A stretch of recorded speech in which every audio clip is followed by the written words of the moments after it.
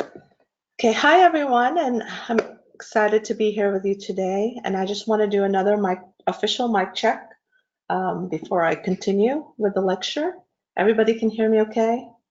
Type in the chat box. Um, all right, Christopher can, yes, Alex, Daniel, awesome. All right, so my name is Marie Belland, and I'll be your instructor for this and next week's live lecture. If you're in Emily Green's classes, you're in the right place. She and I are co-teaching this month. And if you've been going to her live lectures, then you know that already. And if you're in my class, I'm really excited to be here, and I'm glad that you're here and I finally get to lecture you guys. No, not in a bad way, but you know what I mean. So please feel free to use the chat box throughout the lecture. Um, And if you have any questions, just type it in there and I'll do my best to answer. At the chat box, when everybody's typing, does go by pretty fast, so I might not be able to immediately catch your question, especially when I'm talking. But if I don't answer your question, just post it again and I'll do my best to answer your question. Okay. Oh, where am I? So just a little bit more about me. Again, my name is Marie Belland, and I'm originally from the Philippines and moved to Chicago when I was 8. Then the summer after my freshman year in high school, my family moved here to Orlando, and I've been here ever since. I finished high school here in town. I went to college and graduate school here in town too. I went to UCF and Rollins College, respectively. I am married and I am a mom of 3. I have a 12-year-old, a 4-year-old, and my youngest just turned 3 a few weeks ago. Professionally, my background is in psychology and counseling. I was in social work for several years before I transitioned into higher ed. And I actually started working at Full Sail back in 2004, a long time ago. I was an academic advisor for many years before I started teaching. And here I am now, teaching you guys. So today I'm hoping to go over the concepts of motivation, grit, and hopefully if we have time, gamification. I don't want to take too much of your time. I know some of you guys are probably working and on your lunch break or something like that. So I'll do my best to get everything in within an hour or so. But I do tend to talk a lot, just FYI. If you do have to leave before the session is over, don't worry about it, just leave. And this session is being recorded so you can listen to it later on and catch up. Oops, my bad. So motivation is very important. You guys are in school and wanting to achieve your goal of mastering your craft and making it in your industries. And motivation is probably one of the most important questions that you're going to be asking yourself. What motivates you and how do you stay motivated throughout this process? So to begin with, what is motivation? Type it in the chat box. Anyone? Drive, exactly. Good one, Alexander.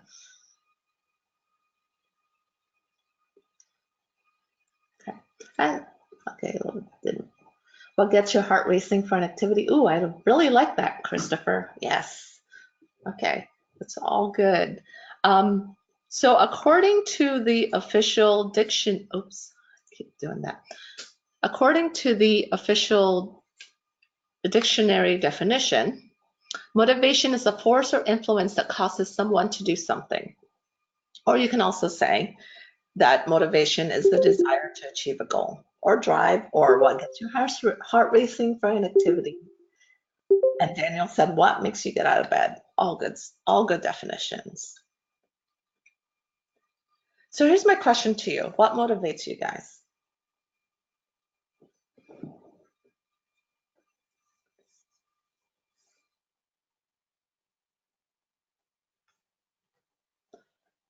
The world makes money a good motivator. Yes, it does. That is true. Long-term goals, good one. Your family, yes, very important as well. All of these. You know, the thing is that not everybody's motivated by the same thing. And we're going to talk about that a little bit more. So to understand motivation, we're going to talk about a couple types of motivation, a couple theories of motivation, and the candle problem or candle experiment. So first, there are two basic types of motivation. There's intrinsic and extrinsic motivation. And intrinsic motivation is the desire to do something for the simple fact that it's enjoyable or interesting, or you feel the satisfaction of merely doing it. We do it, whatever it is, and don't worry about getting praise or external rewards. We do the activity for its own sake because doing the activity itself is rewarding.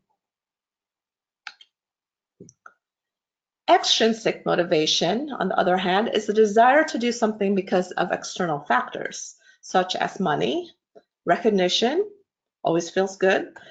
People who are extrinsically motivated may not necessarily enjoy certain activities. They may only wish to engage in certain activities because they wish to receive some kind of external reward or avoid some kind of punishment or consequence. So name something that motivates you to continue to reach your personal academic goals.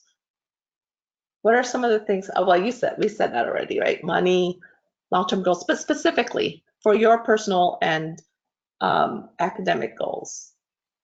And think to yourself, like, is this motivation intrinsic or extrinsic?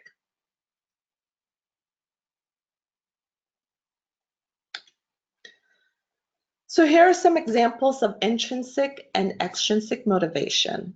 So examples of intrinsic motivation: writing short stories for the enjoyment of writing them, cleaning your room because you like to tidy up and you like to see things that are, you like a neat space, playing games because it's challenging, fun, and exciting, or studying a subject you find fascinating.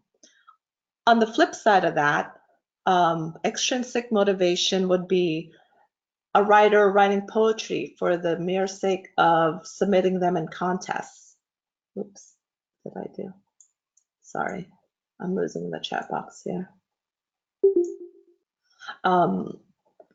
Cleaning your room to avoid being yelled at by your parents, playing video games to win some big prize, like that kid recently. I think his name was Buga, right? He 16 years old. I'm sure you guys know this already, but 16-year-old won, I think, $3 million or something like that for playing Fortnite. That's insane. And then, of course, studying because you want to get a good grade. So let me see here. What are some people's examples? Christopher said, intrinsically, I pick up random trash around the world because I feel like I'm helping clean the world, one piece of trash. Oh, I like that. That's awesome. And then extrinsically, helping my boss's son move for monetary gains. Yeah, exactly. Alexander, absolutely. You can have both, types of motivation. Yeah, and we'll talk about that a little bit more later. I don't want to go into it too much now because then I'll lose my train of thought.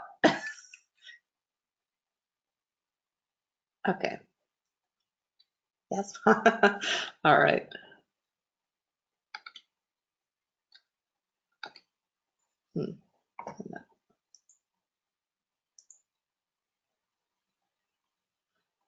So there are many theories of motivation out there, but I'm going to talk to you guys about two of them. One that is not in your reading, and one that is in your reading. And I'm going to talk about the one that's not in your reading because it's one of my favorite theories of motivation. The other one is self-determination theory. But I like to give you a little, both, just because a lot of times theories build on each other. And so the first theory that I'm going to go over is Maslow's hierarchy of needs. And I'm just going to gloss over this one because it's not in your reading. So way back in 1943, psychologist and one of the fathers of humanistic psychology, Abraham Maslow, said that we are motivated to act in order to meet certain innate, meaning that we are all born with it, and universal, which means everyone has this across cultures and society. It's needs. So any idea what you think these needs may be?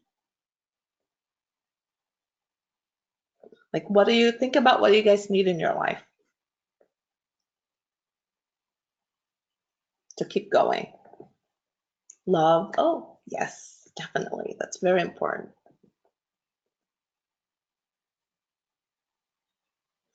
Maslow, Christopher said, Maslow thinks having a kid is one. Actually, he does. Yes. Money. And that's part of love too, you know, job or, yes. Okay. All good ones. So he breaks it down into 5 categories. There's physiological, safety, love and belonging, esteem, and self-actualization. So you guys have heard of the food pyramid, right? Well, Maslow's hierarchy of needs is also a pyramid. And he says that as each level of need is met, we are able to pursue higher levels of need.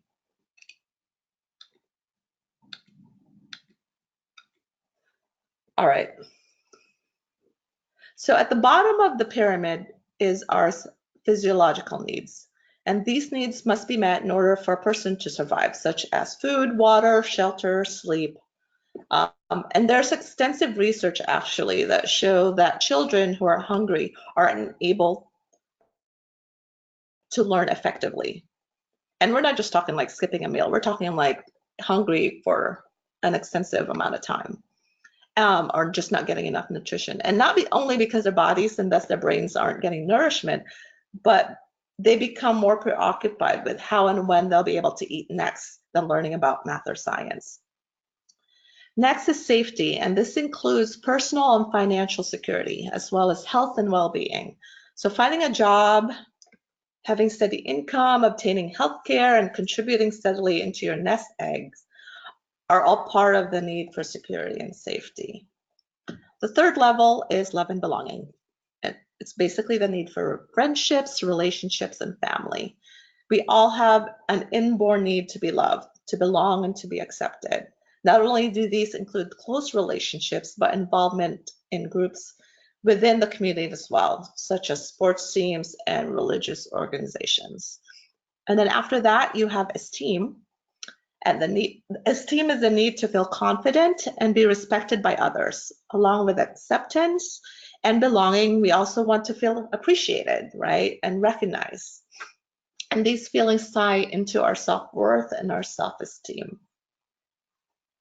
And then at the top of the pyramid is self-actualization, the desire to achieve everything you possibly can and become the most that you can be. This is tied to our talents, skills, and capabilities. Basically, are we fulfilling our potential? So he says that we have to have, we have to meet all of this before we can even get up to here. Now, Maslow did note that for some, because he had a lot of critics about this, but he did note that for some, the order of progression in which their needs need to be met may not always follow the standard progression of the pyramid. For example, he said that for some people, their need for esteem is more important than their need to be loved. Or there are also others whose need for creative fulfillment maybe is more important than meeting some of their basic needs, like more basic needs like financial security. So that's Maslow's hierarchy of needs in a nutshell. And now we're going to go on to self-determination.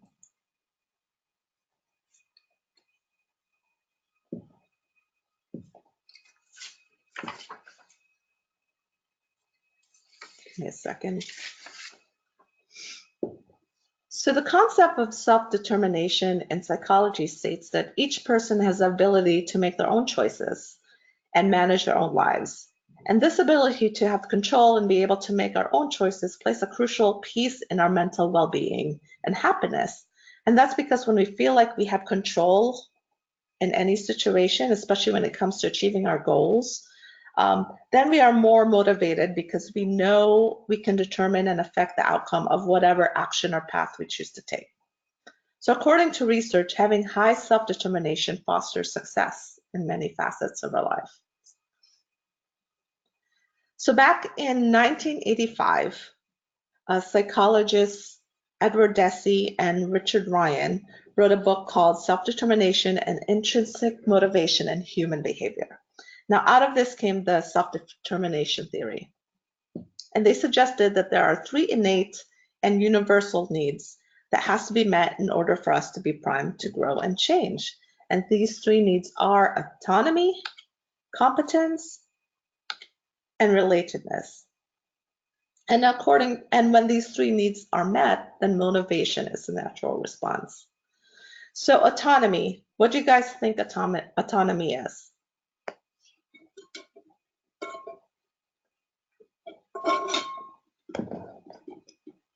Anyone? I hope you're just thinking and not because you can't hear me anymore.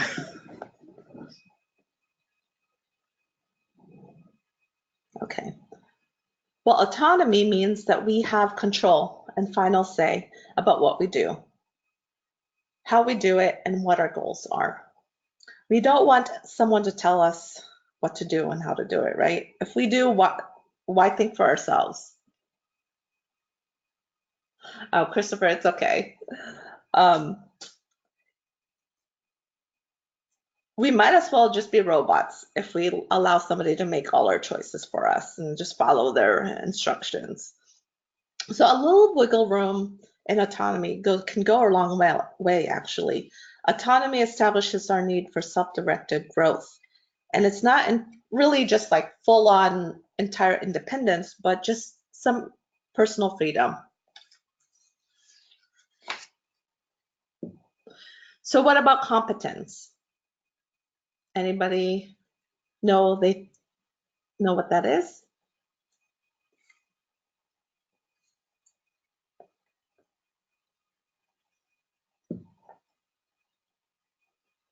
Knowing you have the ability to do something? Yes. It's part of it for sure. So competence is a desire to get better at something for the simple sake of doing it, right? It's a desire towards growth that makes achieving mastery of a skill and or a task a reward in of itself. After all, bettering oneself just feels good, doesn't it? Like knowing that you accomplished something. We do what we do because we want to get better at it. And we gain satisfaction in learning a skill and being good at that skill. It improves our sense of self-worth and self-esteem and confidence as well. Lastly, relatedness. Anyone have any idea?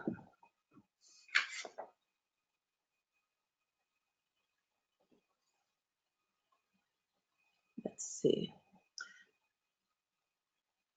The state of fact of being related or connected? Yes. Be connected with the things around? Yes. But it has more to do with people.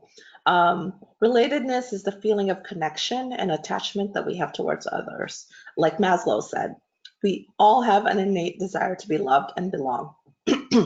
So ever hear of the old saying, no man is an island? Well, it's true. It can be pretty lonely and depressing if you're by yourself. Something powerful happens when you connect with another person. Instantly you feel known and you feel understood. You feel like you belong, and it feels good. And relatedness gets to the heart of what we crave. It's not money, it's relationships. Yeah, it could be connecting with nature too, but mostly, like I said, relationships and other people. So in essence, self-determination theory states that we are motivated to grow and change by our need to have control over ourselves, master a task or skill, and connect with others. And these are all intrinsic factors. So just think, I don't know why, oops, I go back. So just think, how these elements exist in play.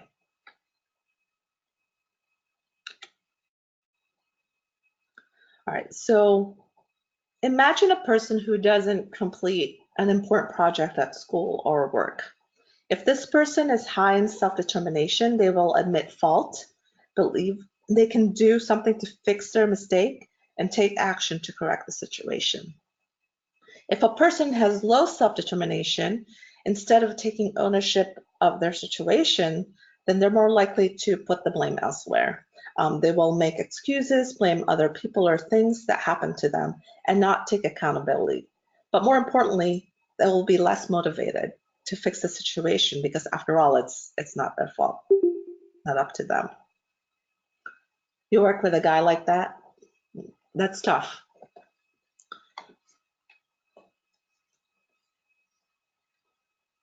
Oh, I'm sorry.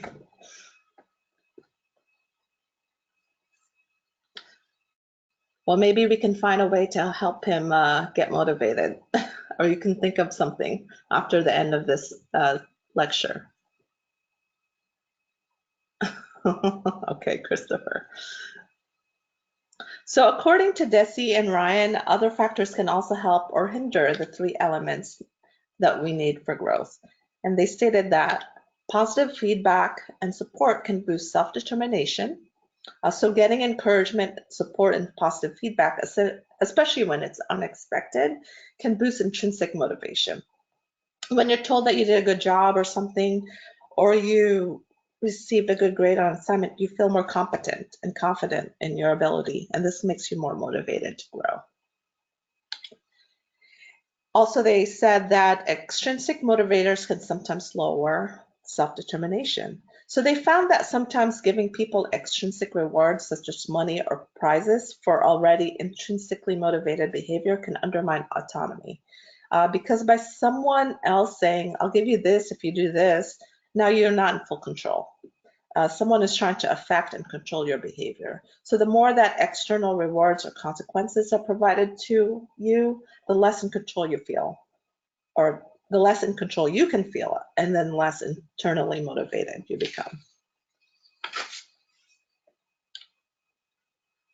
But we have to be, oops, I wanted, oh no, anyway. But we have to be realistic, right? We're not always just motivated by intrinsic factors like we were talking about before. Some of you are going to school because you love art, films, music, video games, and these things feed your soul, and that's why you're here at Full Sail. So you want to harness your talents, hone your skill, and become masters of your craft. But many of you also have families. We all do. Children, and you want to be able to provide for them. Some of you say you want to be able to make enough money so you don't have to worry about having enough food or a place to sleep or paying your bills. You say you want to make enough money so you can spend more time with your family. So that's why you're in school. So think of intrinsic and extrinsic motivation as a continuum. It's a sliding scale. Some tasks you're more internally motivated to complete, and some tasks you're more externally motivated to complete. Okay. Any questions so far? We're making good time.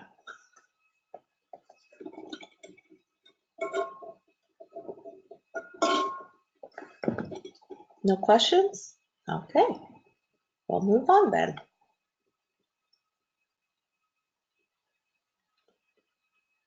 Is everything I'm saying making sense to you guys? I just want to touch base. Am I going too fast? You want me to slow down? Pennies and dimes. What's that? Cents. Yes. Okay.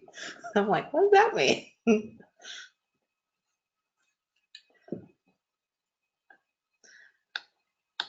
So this leads us to Dan Pink.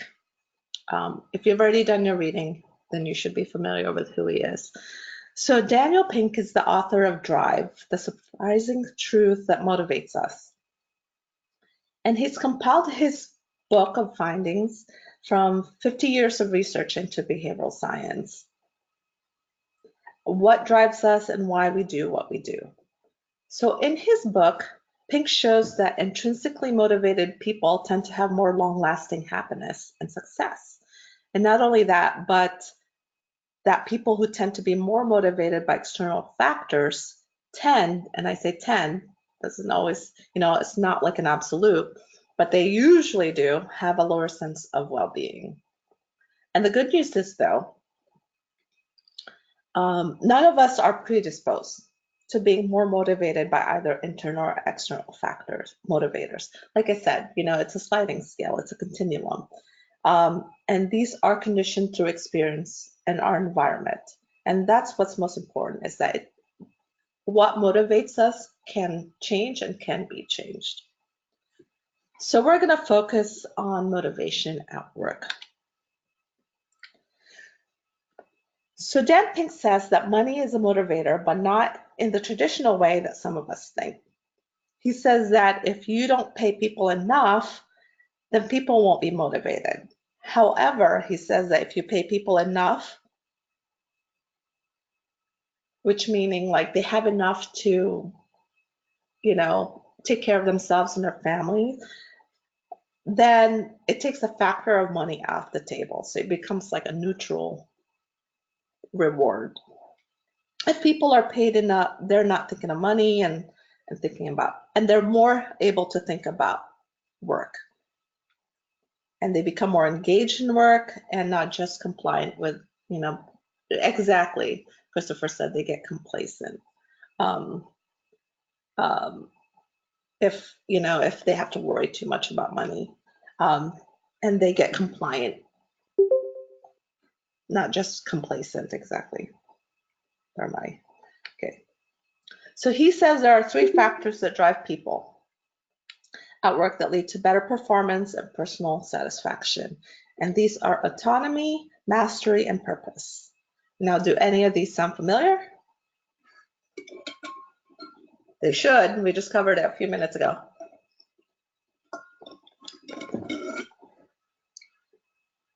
So what is autonomy again? Number 1, yeah. So Christopher, do you guys recall what autonomy is?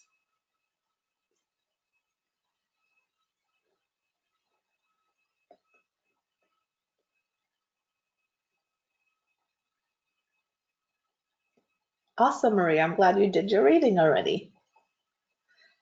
So has anyone ever been micromanaged? I know I have. How did that feel to you?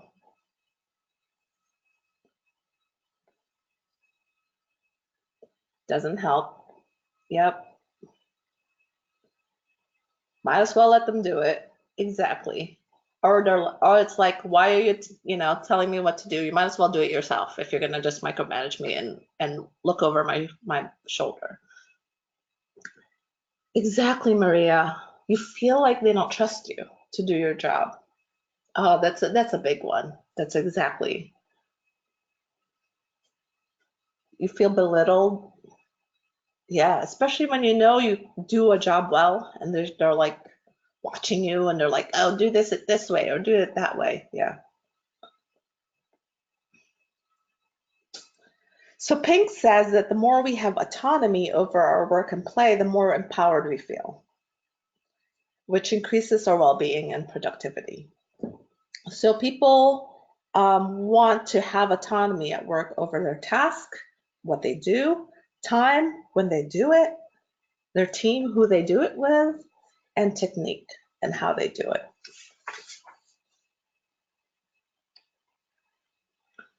Oh, I missed that one. Okay. So mastery, what is mastery? This is tied to competency. So Pink believes that when we're engaged in a task is when we challenge our skills and we grow, which is basically saying that we have the urge to get better at stuff that we find fun and satisfying, what we want to be the best at. And that's when we're both autonomous. When we're both autonomous and working towards mastering something is when work actually becomes play. That's it. So this state then creates optimal experiences and flow occurs when we are completely immersed in activity and we have this optimal experience of autonomy and trying to get better at something. So flow should be familiar to you guys. That was in, yes. Yep, exactly. It's in the zone. That's what it flow is. So being completely focused and present in the moment. But mastery can be a pain, right? Trying to be really good at something and working at it really requires a lot of grit and effort and practice.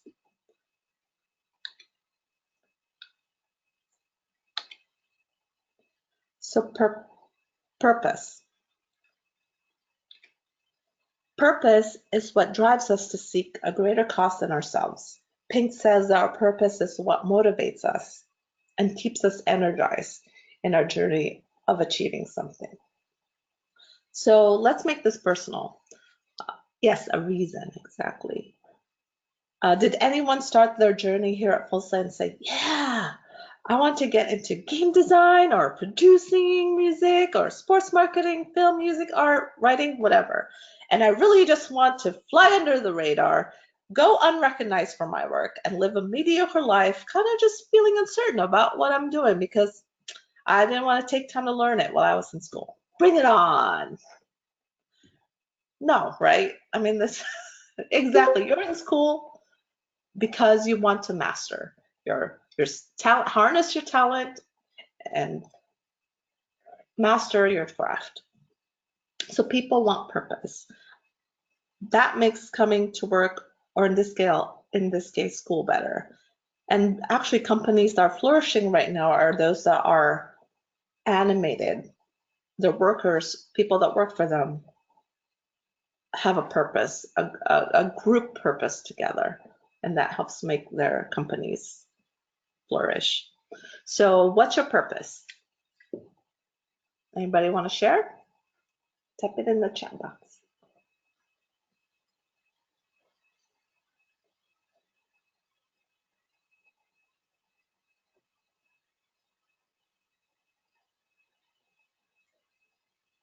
No. Okay, that's all right.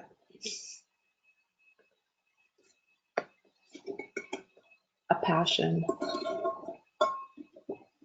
Christopher says to enjoy life with a big husky, own an R8, and have nice friends around me.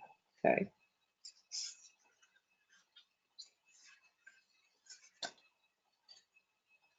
You can also say that purpose can be your goal, end goal in life. It can also be, your motivator and what you're working towards. Cool.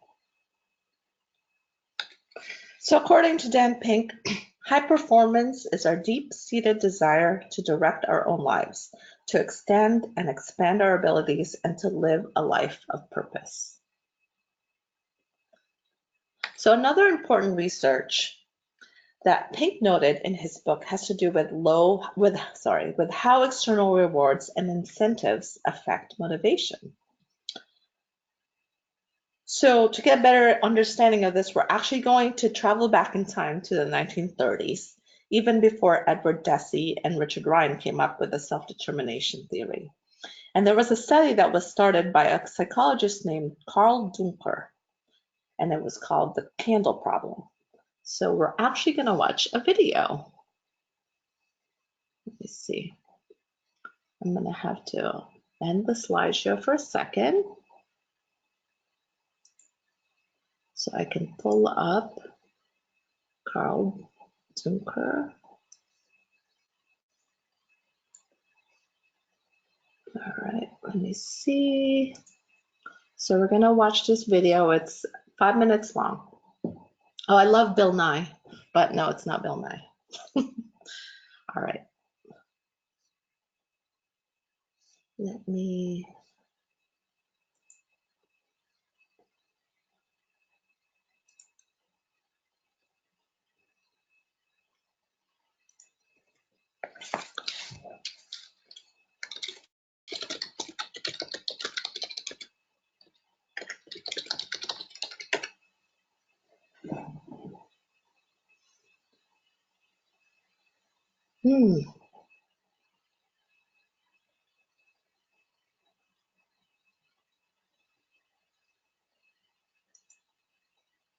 All right. So there's no sound.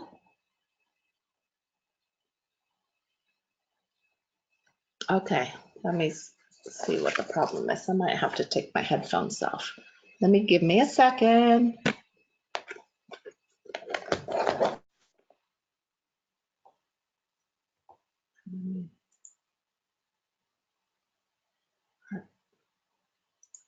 The table. Now, what would you do? Does that work? Many people begin trying to thumbtack the candle to the wall.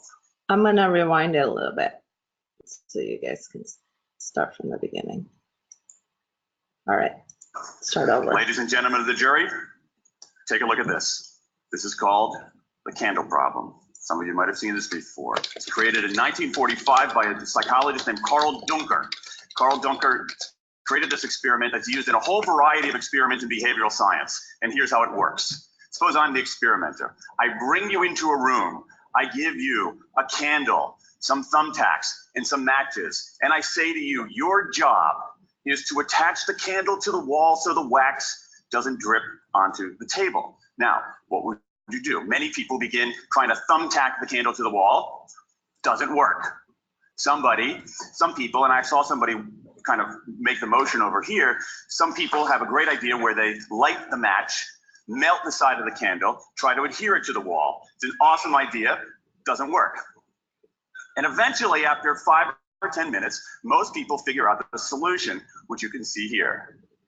The key is to overcome what's called functional fixedness. You look at that box and you see it only as a receptacle for the tacks, but it can also have this other function as a platform for the candle. Candle problem. Now, I want to tell you about an experiment using the candle problem done by a scientist named Sam Glucksberg, who's now at Princeton University in the US. This shows the power of incentives. Here's what he did. He gathered his participants and he said, I'm going to time you how quickly you can solve this problem.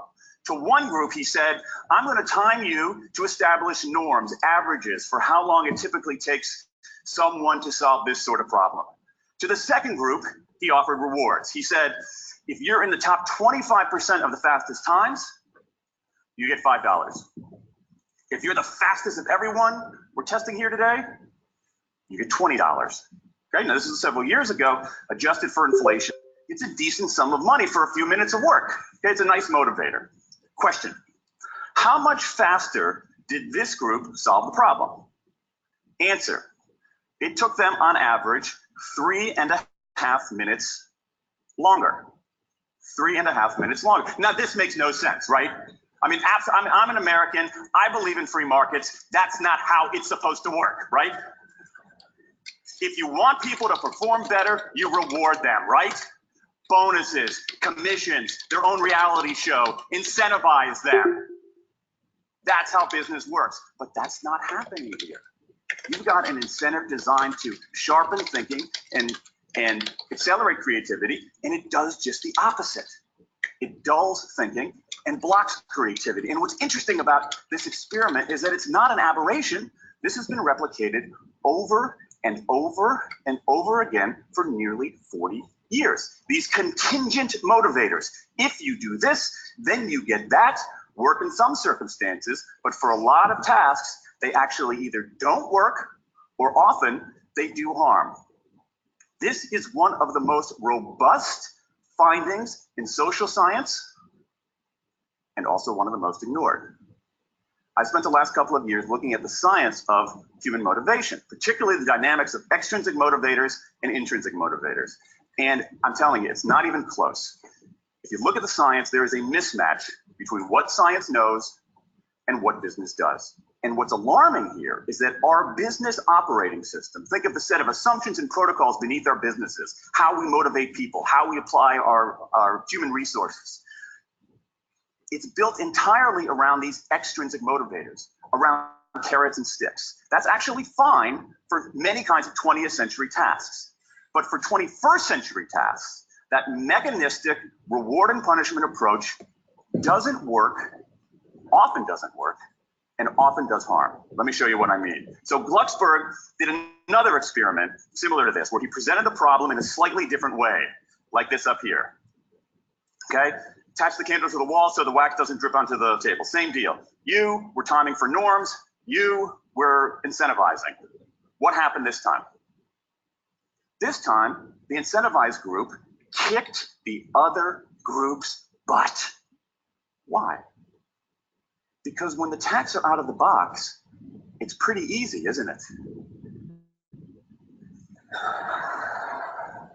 If-then rewards work really well for those sorts of tasks, where there's a simple set of rules and a clear destination to go to. Rewards, by their very nature, narrow our focus, concentrate the mind. That's why they work in so many cases. And so for tasks like this, a narrowed focus where you just see the goal right there, zoom straight ahead to it, they work really well. But for the real candle problem, you don't want to be looking like this. The solution's not over here. The solution's on the periphery. You want to be looking around. That reward actually narrows our focus and restricts the possibility. Let me tell you why this is so important. In Western Europe, in many parts of Asia, in North America, in Australia. I'm pausing it. White. Okay. Let me put my headphones back on. Back in. All right. Headphones back in. Let me see. Let me push the slideshow. Use new hardware.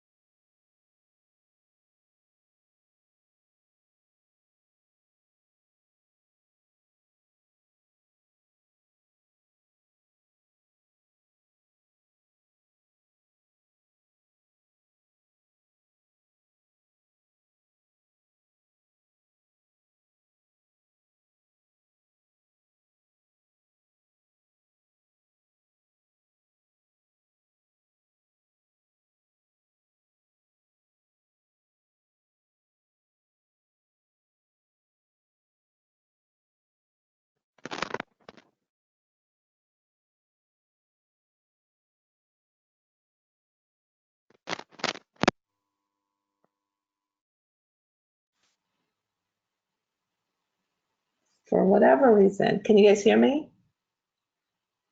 Okay, apparently it wasn't picking up my headphones as easily again, but that's fine.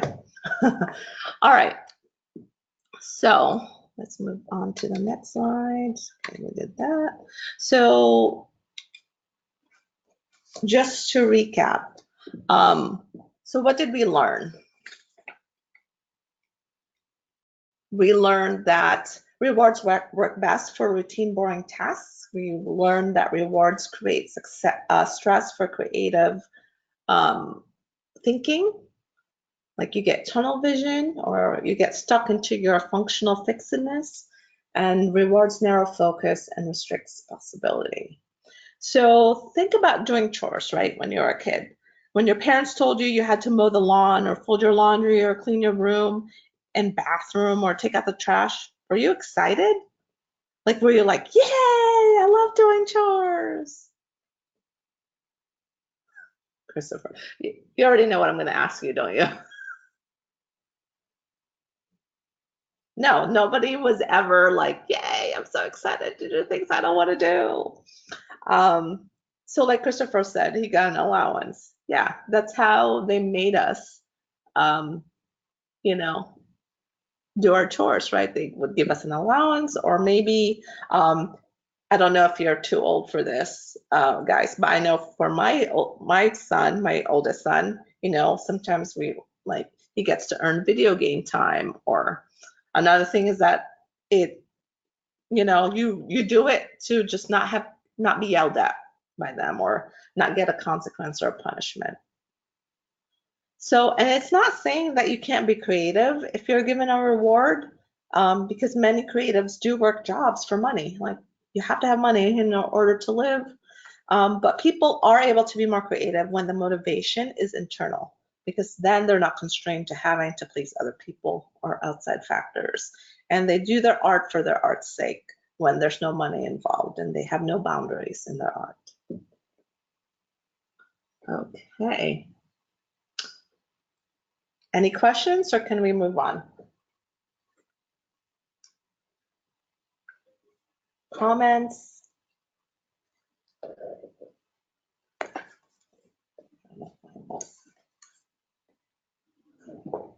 Okay, so we're going to move on.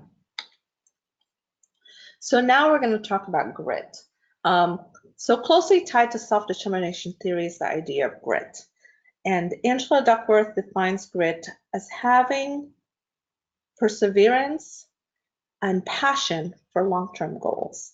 Now, simply put, grit is being able to stick to pursuing your goals day in and day out through small successes and big failures for a long period of time. Over her research, she found that the most successful people not only had the talent, the passion, or the resources, but they also had something extra, and that's grit. So what exactly is grit, right? I mean, how do we see it? There are several characteristics that all work together to make someone have more grit. And these are courage, conscientiousness, perseverance, resilience, and passion. Okay, so do you guys have any of these traits? Maybe all of these traits?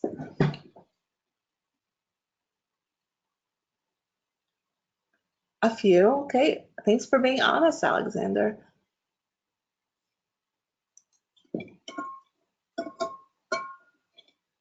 Okay, well, we're gonna talk about what these mean, and we're gonna talk about hopefully building on and helping yourselves attain these traits or work more on these traits, improving these traits. Okay. So what does it mean to have courage? Courage is not just physical bravery, it's also mental bravery. It's taking a chance when others won't, following your vision, no matter the outcome, standing for what you believe in, even when your beliefs are not popular, or just doing the right thing, even when there are easier options, easier paths to take. Courageous people also have the guts to say no and ask, and this is a big one, ask for help when they need it. A lot of times people think they're being courageous and they don't ask for help, but really it's a character strength to know when you need help and to ask for it. And they are the ones who will stay the course, even when everyone else has jumped the ship.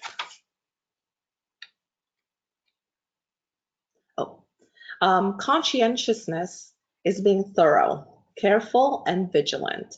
And conscientious people are efficient and organized. They desire to do the job right no matter what and won't rest until the job is done. They tend to be perfectionists and has to do everything the right way. Now, Winston Churchill said, if you are going through hell, keep going. And this is basically what perseverance is. Perseverance is someone who keeps going even when all they encounter is failure and hardships. They're able to do this because they see the struggle and the disappointment as necessary to success. And perseverance is the ability to stick with it, regardless of how hard things are. The next is resilience, and resilience is toughness. It's the capacity to get back up quickly from being pushed down. This makes me think of, actually, have you guys seen the movie Captain Marvel? Now, I don't want to know if you liked it or not. I just want to know if you saw it. But, because I know people have different opinions. But anyway, so in the movie, there's a montage of her being knocked down and falling over and over and over again. And every time she kept getting back up. And that's resilience. Mark says sometimes perseverance can have very negative effects. Do you want to give an example, Mark? Because you don't know when to give up. Ah, yes, that is true. And that's a good, keep that in mind because we're going to talk about that later too.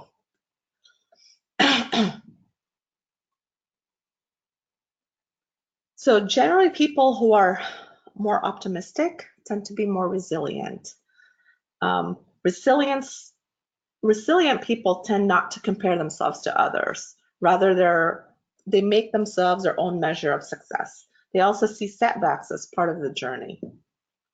Thomas Edison once famously said, "I have not failed, I have just found 10,000 ways that won't work." And he said this when he, I think it was when he invented the light bulb. So, lastly, passion. Passion creates excellence when mediocrity won't do.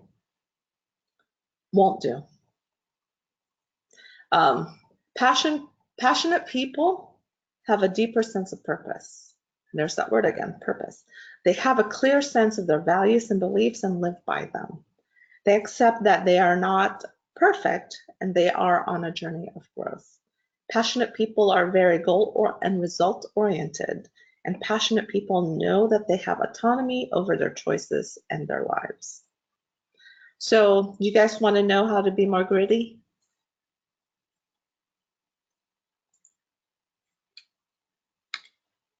So how do we become more gritty? I'm going to tell you. So according to Duckworth, you have to develop a growth mindset, practice optimism, find your passion and purpose, and pursue it. Find your passion and pursue it, and know when to quit. There it is, Mark. Know when to quit. So first, how do you develop a growth mindset? Like, what is a growth mindset? So Duckworth based this idea from another psychologist named Carol Dweck and her research on fixed and growth mindsets. Give me a second. Have some water. Fixed mindset is believing that intelligence, personality, and character traits are inherent and static. It's locked down or fixed, and their potential is determined at birth. So there's nothing they can do to change it. They tend to view their successes as resulting from something outside of their control, like luck or chance. They tend to view their successes as resulting from something, so they tend to give up easily when confronted with barriers. On the other hand, people that have a growth mindset believe that intelligence, personality, and character can be continuously developed and that their true potential is unknown, so they can work on it and change it. Furthermore, people with growth mindset views failure as temporary setbacks that can be overcome if they just work hard and persevere. They also adapt, people with growth mindsets also adapt flexible thinking patterns. So they tend to be more open-minded to change. And they don't see barriers and failures. They see opportunities for learning. Okay, so that's how you can develop a growth mindset.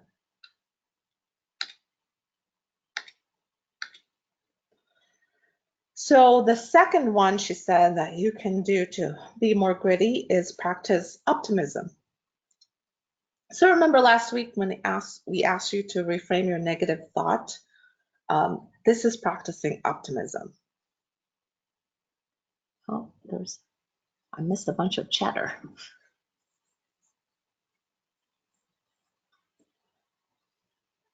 Okay. And so we already know that optimistic people tend to be grittier than pessimists.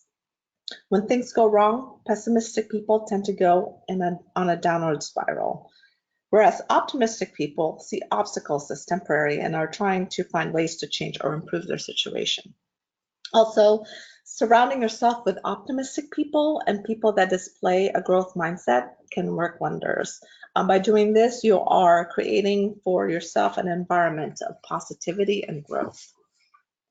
So to be more optimistic, sometimes, you have to just change your train of thought. You got to reframe all those negative thoughts, and surrounding yourself with positive people and people that have a growth mindset really can help you out as well. The next one is find your passion and pursue it. So you guys already got this. People who are passionate about something are more likely to pursue that something and persist. And you have your end prize but you also have to set small. So you have like your, your big goals in mind, but you also have to set small goals to get to that big picture, and make sure that whatever goals you set are aligned with what your passion is. And then lastly is know when to quit. So this one, like I think it was Mark who mentioned like how perseverance can also be negative, right? If I recall correctly, sorry. And yeah, awesome. So this one is probably the hardest one, right? To kind of work towards, because it's counterintuitive to what we would think a gritty person would do. But according to Duckworth, gritty people know when to quit responsibly. Yep, that's what she said, quote unquote, quit responsibly. It's okay to quit something as long as it's done after thoughtful reflection and not in a moment of frustration. So it's really important to take time to reflect on a periodic basis along your journey, even every day, some people suggest. When things aren't working or going according to plan, it's completely okay. I mean, actually, you should take a step back and reevaluate. Reflection can help you become aware of what things are not when things are not working, and allows you to adjust accordingly, keeping you on the right path, on the path that you want to take. Okay?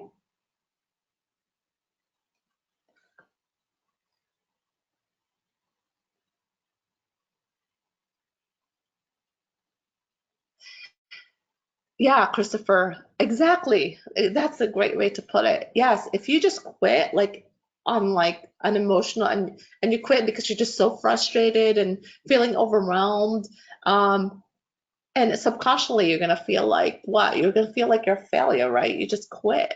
But if you take the time, if you're saying like, okay, this isn't working, something is not right, it's not like going smoothly, what am I doing wrong? Can I change it?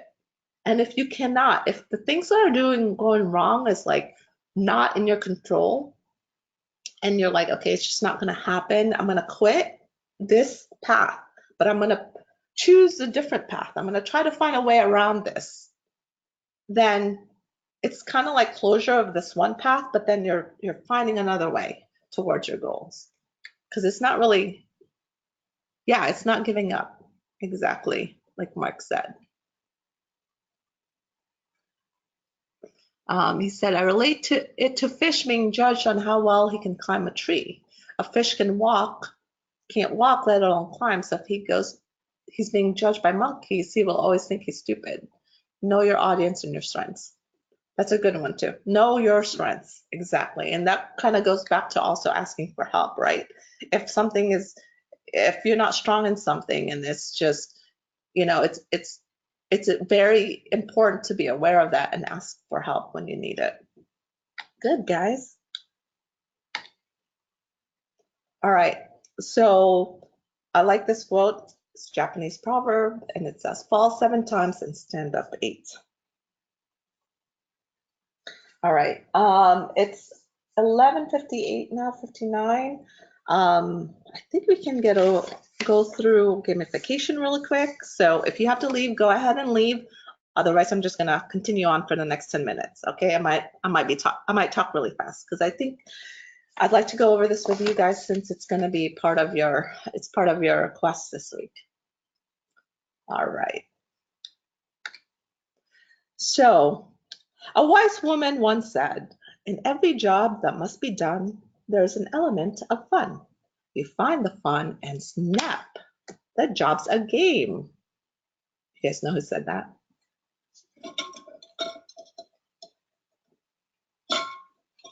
Anyone? No? Nobody knows? Oh, come on. Really? Am I that old?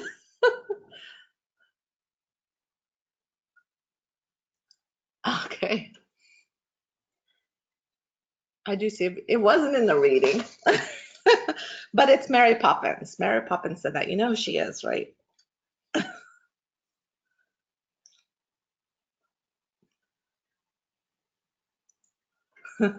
All right. And this is where, anyway. So, oops, hold on. So gamification refers to the use of game mechanics in traditionally non-game activities. Basically, this makes tedious, boring tasks like chores and homework fun and engaging. The big one that I hear a lot from students, actually, and as a student, I can, when I was a student, I can relate, is that doing schoolwork is boring and tedious. So start thinking about how you can use gamification strategies to motivate yourself in your studies. And the key will be to choose elements of gamification that fit into you, what motivates you. So fun theory, basically what this says is that we are more motivated to do something when it's fun. So even tasks as mindless as walking up the stairs. Let me see if I can do it this way. Like pull up, no. All right, give me a second. I gotta end slideshow again. Oh, I gotta, hold on. Where's my mouse? All right, and we're gonna play this real quick. Okay, you guys can hear that, right?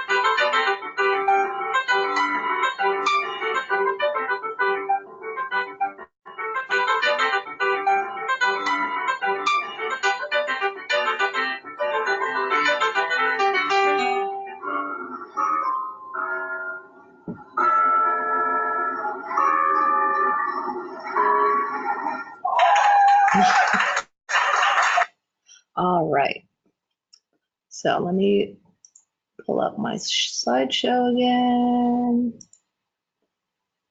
All right, okay. So go through this. All right. So more than that, gamification is used to increase consumer behavior.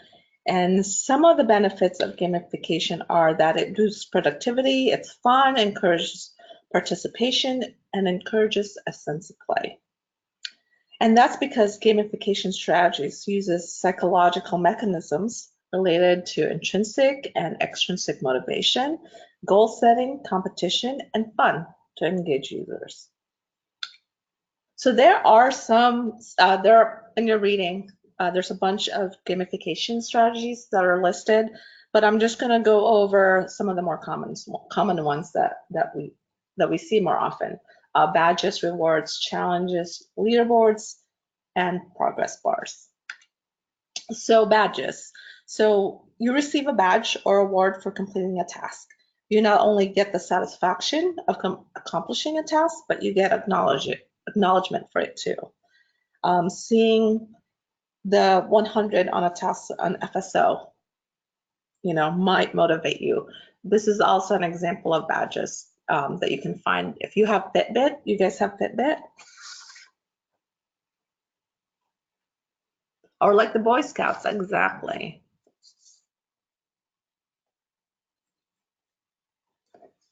Oh, Jason liked that one better than the poopometer. If you don't know about the poo-poo-meter, it's in your reading. Okay. Yeah, that's not a Fitbit, but like even just an activity tracker, you might encounter badges. You might,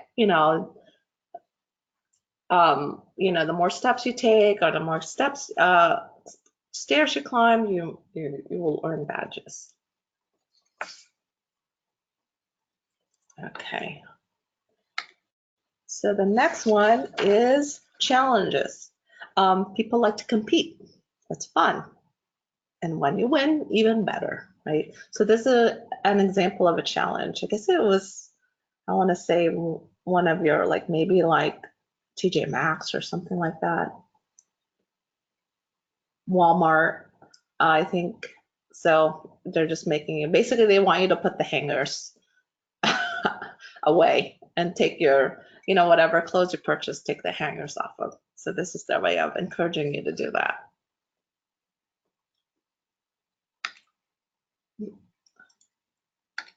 Okay, rewards, similar to badges, but external. Getting a prize or an incentive for completing a task. Do you guys have kids? How many in here have kids?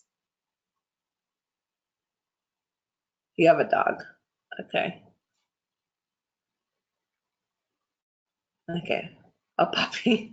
So more puppy owners than kids. Oh, Mark says he has kids. Okay, well, only Mark can probably relate to this. And 2 words, potty training. I'm in the middle of that right now, so I have to find all the rewards. Anyway, so this is just an example of rewards. This one happens to be at the Firehouse Subs by Full Sail, or actually it's on Full Sail campus. All right. Oops. Oh no, what? Oh, it went on. Leaderboards. Okay, so are you in the lead? Seeing how you compare to others is another form of competition and recognition. So this is just a sample, again, Fitbit of a leaderboard. Yes, he does. That's my father-in-law. This is actually my Fitbit leaderboard. So he's retired, so he gets to walk a lot and go to the gym. All right. And to the, yes, exactly. All right, next one, progress bars. So seeing how much you completed and how much more you have left to complete can be very motivating to help you continue doing the task. You just want to get it done. And an example, actually a perfect example of this is the completion circle. It's not a bar, it's a circle, same concept that you have on your dashboard, on your activities on FSL. All right. So,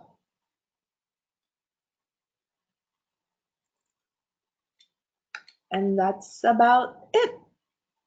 That's all we have. Any questions? I didn't do too bad in time. Hope I didn't go too fast.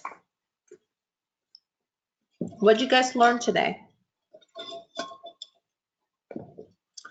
Do you think there is more than self-actualization? I mean, it depends. It depends when you talk to. It goes into, according to Maslow, that's his highest. But yeah, it could definitely be more like self-actualization is just about yourself. But if you think outside of that, like enlightenment or something like that, like if you go above and beyond just you, yeah, could be for sure.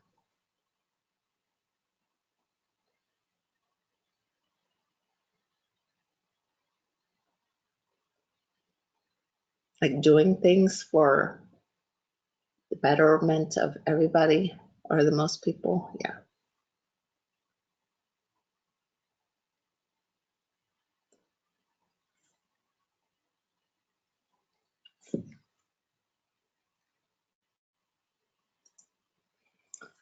Yep, exactly, Christopher. Yeah, that's like definitely a next step up, right? Not just thinking of yourself.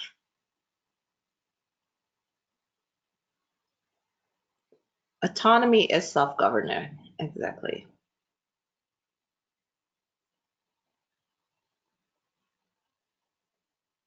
Just another word. Awesome. So what'd you guys learn? Oh,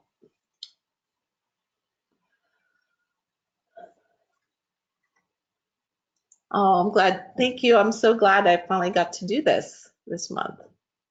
And I'll be here next week. Same time, same day. Same bat time, same bat channel. That's old over your heads, guys, too, because that's an old reference of Batman.